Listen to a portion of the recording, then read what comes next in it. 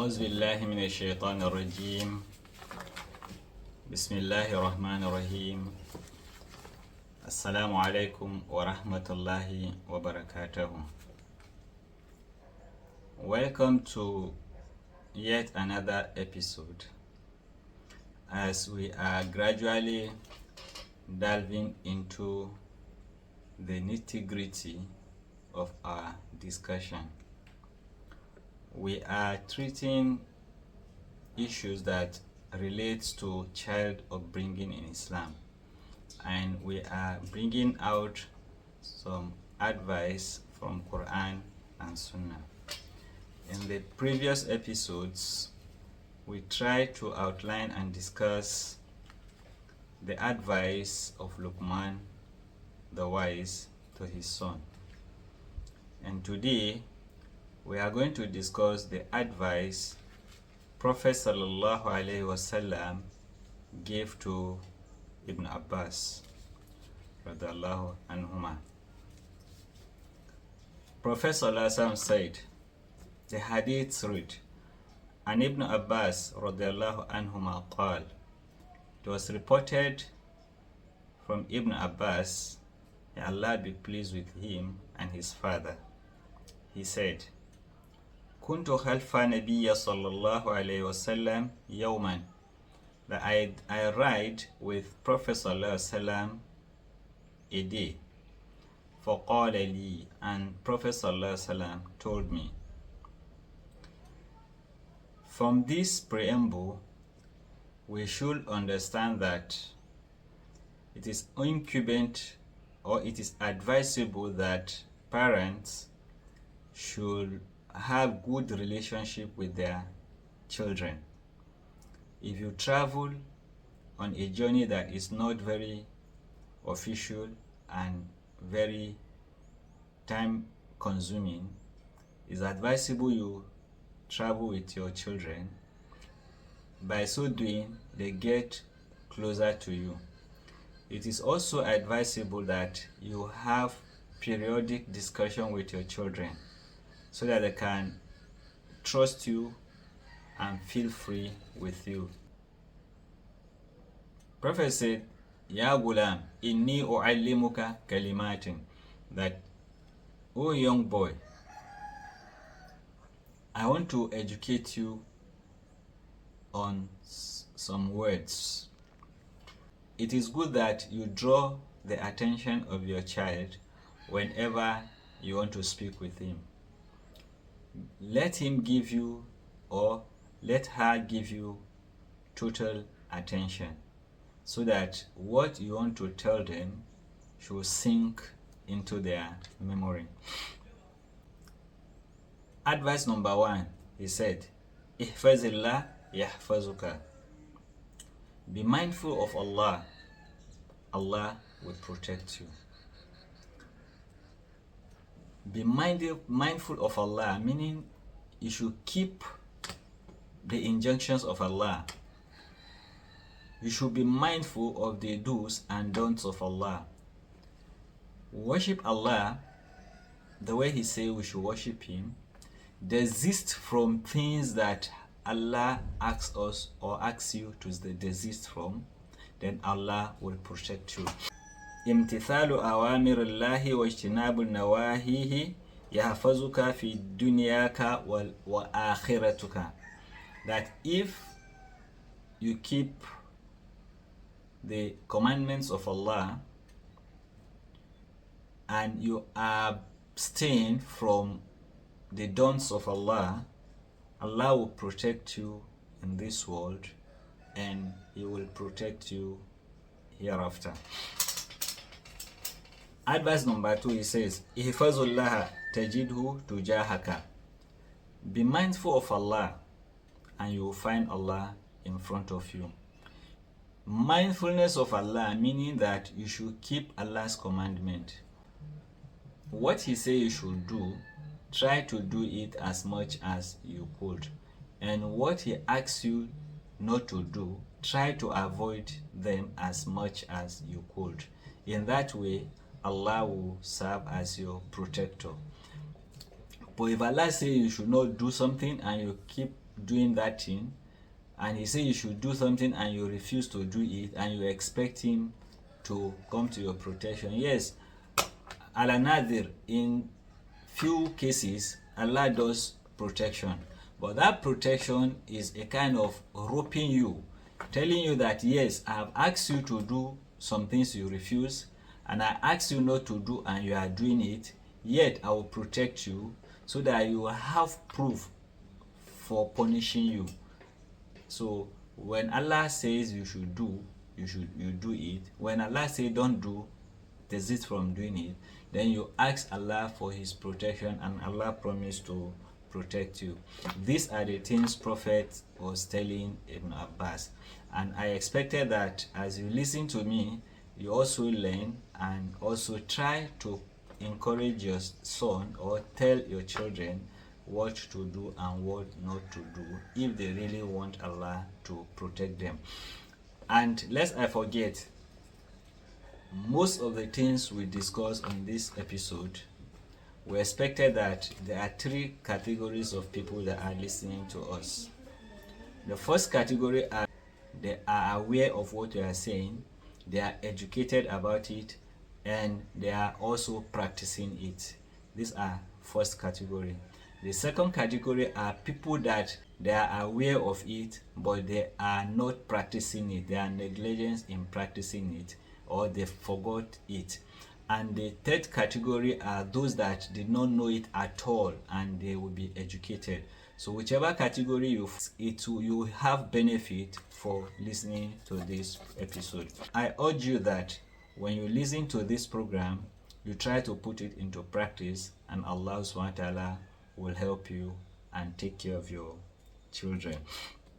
Advice number 3 said, إِذَا سَأَلْتَ فَاسْأَلِ اللَّهِ وَإِذَا اسْتَعْنْتَ فَاسْتَعِنْ بِاللَّهِ. If you ask from Allah.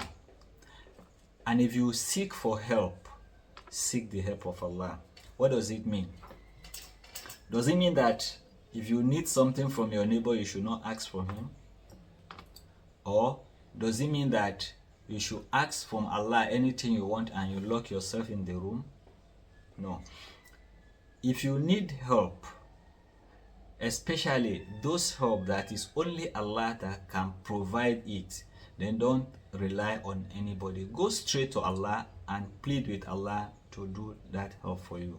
If you need protection, especially in the aspect that is only Allah that can protect you, you are not expected to seek for any person's protection except the protection of Allah. إِذَا طَلَبْتَ الْإِعَانَةَ عَلَى أَمْرٍ مِنْ أُمُورِ الدُّنْيَا. If you need help from the affairs of dunya wal akhirah and the affairs of al akhirah, fasta'in billah, you seek that help from Allah. ولا سيما في أمور التي لا يقدر عليها غير الله, especially those issues that nobody can do it for you, nobody has power over it except Allah. كشفاء المرض, like healing of a sick person, وطلب الرزق, like seeking for wealth. These two and the likes are only things that Allah subhanahu wa ta'ala alone can do for you. Now, you have a sick person, and you take that sick person to one man who claims to be a herbalist and asks you to do some sacrifices, and those sacrifices, if done, will lead you into shirk. You are not expected to seek such healing, because such healing are things that will lead you into shirk. What should you do? You should seek your healing from Allah. I am not saying you should not take medical treatment. No. As you take medical treatment, you ask Allah subhanahu wa ta'ala to heal you, because healing is only done by Allah subhanahu wa ta'ala.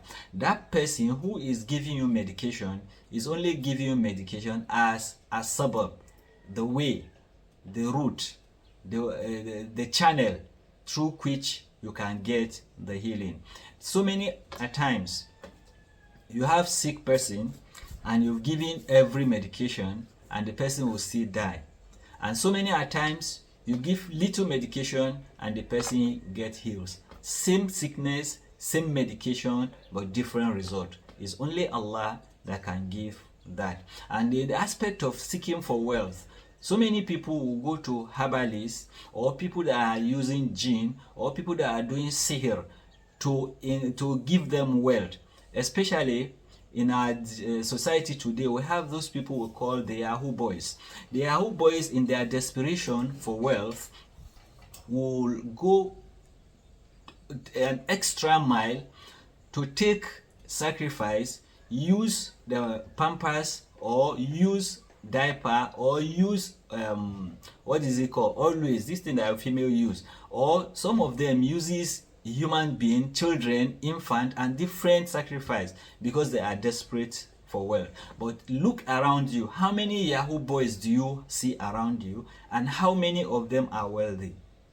Their wealth or their money is only temporary. They get the money temporary and they spend it temporarily. So if you are a Muslim, you advise your son not to be desperate in wealth, because if you want to get if you are desperate to have wealth, then you will fall into temptations. You follow risk with patience and humility and ask Allah subhanahu wa ta'ala to enrich you, and inshallah, if you are destined to be part of the wealthy people, Allah will give you the wealth. And if you are not destined to be part of people that will be wealthy, Allah will change your supplication to something better for you in this world and in the hereafter, inshallah. Advice number 4, he said, وَأَعْلَمْ أَنَّ الْأُمَّةَ لَوْ اجْتَمَعَتْ عَلَىٰ أَنْ يَنْفَعُكَ بِشَيْءٍ لَمْ يَنْفَعُكَ إِلَّا بِشَيْءٍ قَدْ كَتَبَهُ اللَّهُ لَكَ وَإِنِ اجْتَمَعُوا عَلَىٰ أَنْ يَضُرُّكَ بِشَيْءٍ لَمْ يَضُرُّكَ إِلَّا بِشَيْءٍ قَدْ كَتَبَهُ اللَّهُ عَلَيْكَ. That you should beware that أَنَّ الْأُمَّةَ, if all the nation, the whole community, the whole society, the whole world, لو اجتمعت على أن ينفعوك بشيء, even if they gathered themselves to benefit you with something, لم ينفعوك إلا بشيء قد كتبه الله لك, they cannot benefit you with anything except that thing which Allah has destined for you. Likewise, وَإِنِ اجْتَمَعُوا عَلَىٰ أَن يَضُرُّكَ بِشَيْءٍ, and if they gather, the whole world, the whole humanity, the whole jinn, the whole animal, everybody gather together to hurt you, harm you with something, لَمْ يَضُرُّكَ إِلَّا بِشَيْءٍ قَدْ كَتَبَهُ اللَّهُ عَلَيْكَ, they can never harm you with anything except with that which Allah has destined to happen to you. Now, what do we learn from here? We learn from here, al-imanu bi-qadri alladhi katabahu Allahu ala al-insani khayruhu wa sharruhu, that believe in qadr, predestination, that which Allah subhanahu wa ta'ala have destined for human being, good or bad. Now, your child has sat for exam, whichever exam, WAEC exam, NECO exam, university exam, whichever exam, and his desire is to pass, and eventually he fails. He gets worried, he gets frustrated, or he's seeking for admission. Eventually the admission did not come, God forbid, he gets frustrated. No, let him know beforehand that whatever you seek for in this world and you get it, is only Allah subhanahu wa ta'ala that gives you. It has been destined for you to get it. And if you do not get it, Allah has not destined for you to get it. You keep on struggling. If that is not the way for you, Allah will provide another way for you. And that is why Prophet ﷺ advises us that whatever affairs we want to embark on, we should do istikhara. We should seek guidance from Allah, that if this thing is going to be beneficial for us in our life, in our deen, Allah destined it for us. If it's not going to be beneficial for us in our life, in our deen, our dunya and akhirah, Allah take it away from us and replace it with the better one.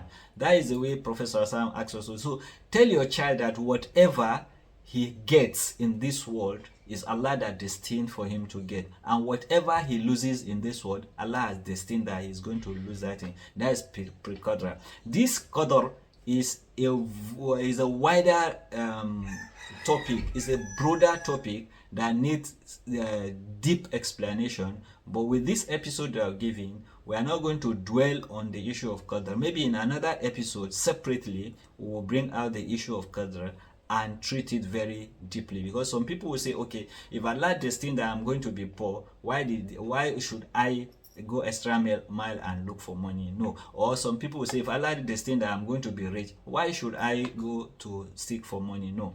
That is why I say it's a very wider scope of discussion, and inshallah we'll find time some days to discuss it, or you do more research on issue of Qadr. Maybe inshallah Allah will guide you. Number 5 is Rufi'atul Aklam wa Jaffatu Suhuf. That is, all these things we have mentioned, the issue of Qadr, that Allah subhanahu wa ta'ala has written it. The pen has been lifted up and the slate has been dried. Meaning, Allah has predestined that this is what you're going to be in this world. This is what is going to happen to you in this world. Nobody can change it again. It has been destined, and so it shall happen. التوكل على الله مع الأخذ بأسباب لقول رسول صلى الله عليه وسلم. That is توكل على الله, putting your hope on Allah subhanahu wa ta'ala, مع أخذ بأسباب, but you still lean onto the channels, because Prophet sallallahu alaihi wasallam said to his Sahaba, Iqilha wa tawakkal, tie it and put your trust in Allah. The hadith is hadith of Anas bin Malik radhiyallahu anhu. He said, a man came to Rasulullah sallallahu alaihi wasallam and said, Ya Rasulullah, a'akiluha wa atawakkul aw atlikuha wa atawakkul. Say, should I tie my camel and put my trust on Allah, or I should leave it to stray and put my trust on Allah?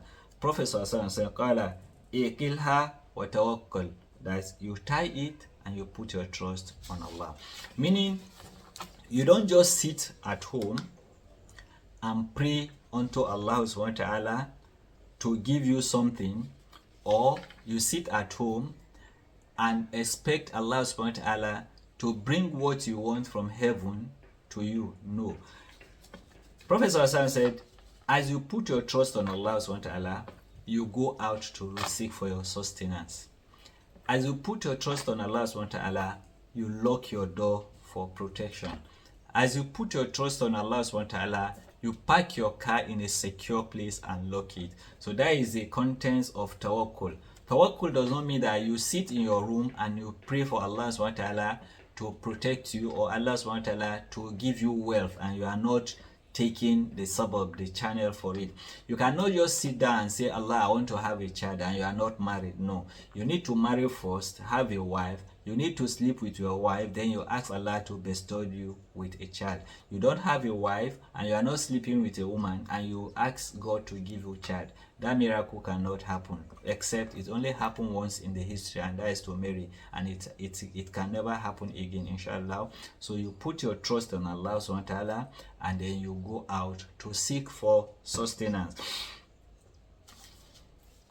Allah, even though Allah subhanahu wa ta'ala say in Quran, Surah Al Imran, Allah said, وَعَلَى اللَّهِ فَلْيَتَوَكَّلِ الْمُؤْمِنُونَ.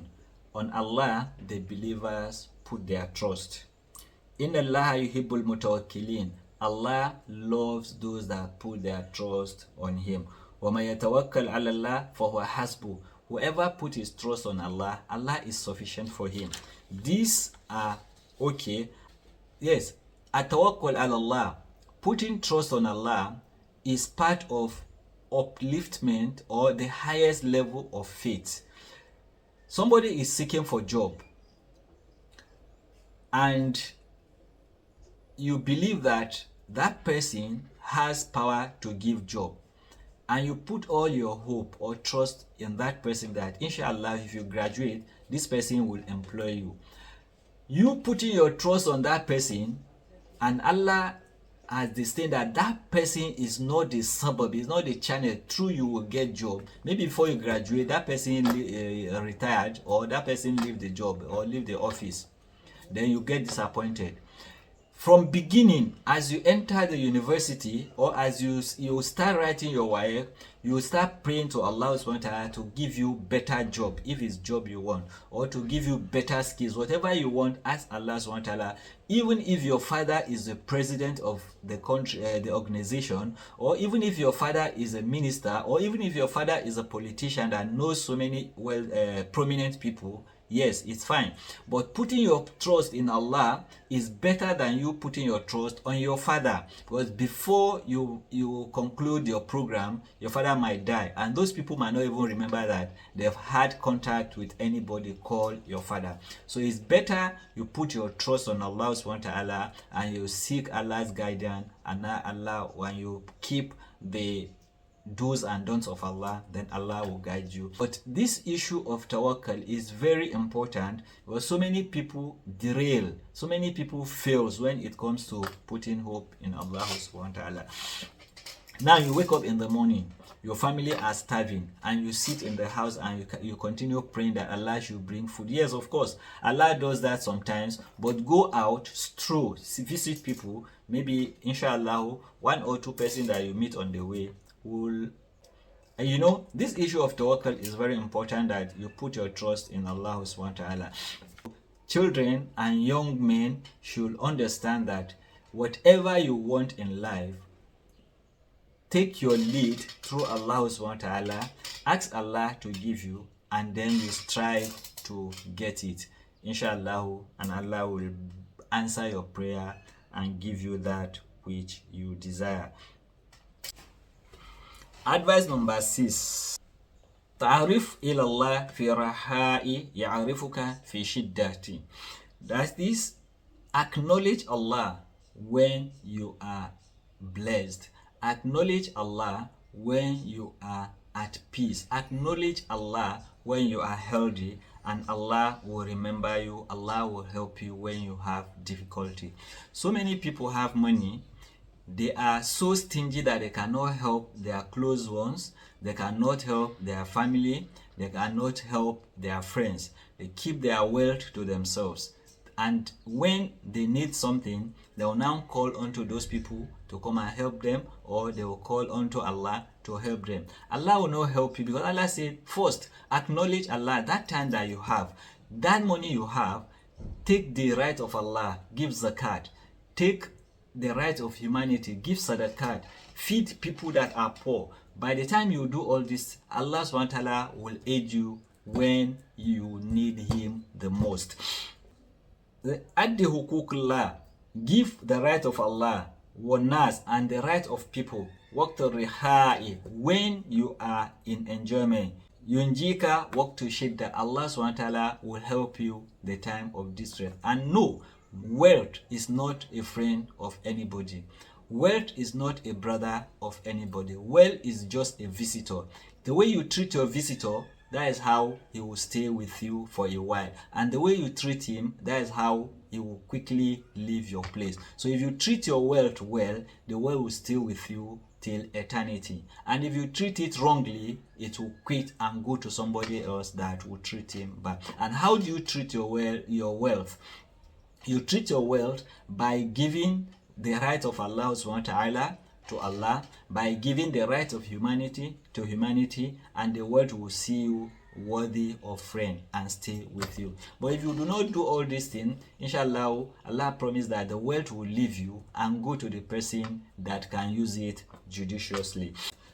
Advice number 7 says, وَأَعْلَمْ أَنَّ مَا أَخْطَاكَ لَمْ يَكُنْ لِيُصِيبَكَ وَمَا أَصَابَكَ لَمْ يَكُنْ لِيُخْطِئَكَ. That's وَأَعْلَمْ, you should know, أَنَّ مَا أَخْطَاكَ, whatever benefit you've gotten, whatever has befallen on you, لَمْ يَكُنْ لِيُصِيبَكَ, it is not even destined to go away from you. وَمَا أَصَابَكَ, and whatever harm has happened to you, لَمْ يَكُنْ لِيُخْطِئَكَ, it is not even destined not to happen to you. Now, if wealth has come to you, if Allah has blessed you with wealth, Allah has blessed you with knowledge, Allah has blessed you with children, then it is destined that those children, those wealth, that knowledge, you must have it, and Allah has destined that. And if Allah did not give you wealth, Allah did not give you child. Allah did not give you knowledge. Has been destined that you will not have that knowledge. No magic can make you get what Allah did not give you, and no magic can make you get lose what Allah has given you. So it is very paramount that you already know this one as a guide, so that you will not get frustrated, you will not commit suicide in every issue, in any situation, in any circumstances you find yourself. إذا منعك الله شيئا, if Allah refuses you something, فلن يصل إليك, that thing can never come to you. وإذا أعطاك الله شيئا, if Allah gives you something, فلن يمنعه أحدا, and nobody can refuse you from getting that, inshallah. Advice number 8, وَعَلَمْ أَنَّ النَّصْرَ مَعَ الصَّبْرَ, that you should know and nasr, success, ma'a sabr, comes with patience. Being successful in your life, being successful, because success is a relative word. What you term as success different from what I term as success. My own success might be my education, to become an academic doctor, or to become a professor. Or my own success might be that I should have a living house. My success could be that I should have children. My success could be that I should have car. And your own success could be that you should have happiness. So it depends on what you term as success. But whatever you want as success, you need to be patient for you to have that success. Number 9 says, وَأَنَا الْفَرْجَ مَعَ الْكَرْبَ, any affliction has relief.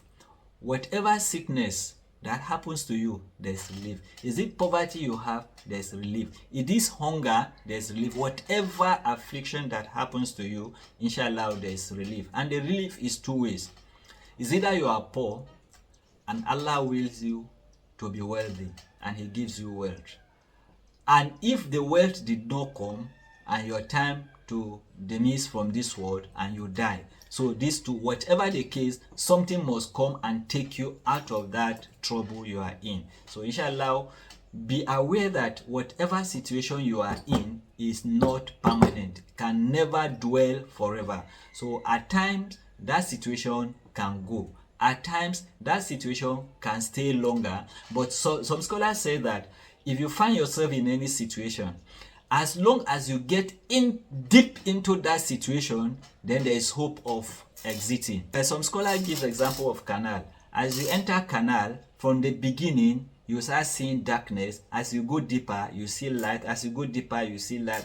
So there's light at the end of tunnel. That's what they say. Yes, if you walk patiently, inshallah, in your situation, Allah will take you out of that situation.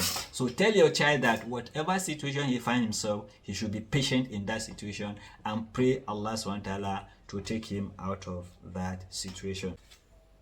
In summary, Prophet ﷺ advised Ibn Abbas to put all his hope on Allah, to seek from Allah, to trust in Allah, and to worship Allah. Whatever you want, Allah will do it for you. So don't put your trust on anybody. You put your trust on Allah subhanahu wa ta'ala, but you should not neglect the sabab, the way to getting that. You put your trust on Allah subhanahu wa ta'ala to enrich you, then you go out to look for money. You put your trust on Allah subhanahu wa ta'ala to heal you, then you take medication. You put your trust on Allah to give you knowledge, and you go out to seek for the knowledge. Inshallah, at this junction, we pray that Allah subhanahu wa ta'ala guide us and guide our children aright, and make us and our children beneficial to the ummah, beneficial to our society, and beneficial to Islam at large. Assalamu alaikum wa rahmatullahi wa barakatuhu.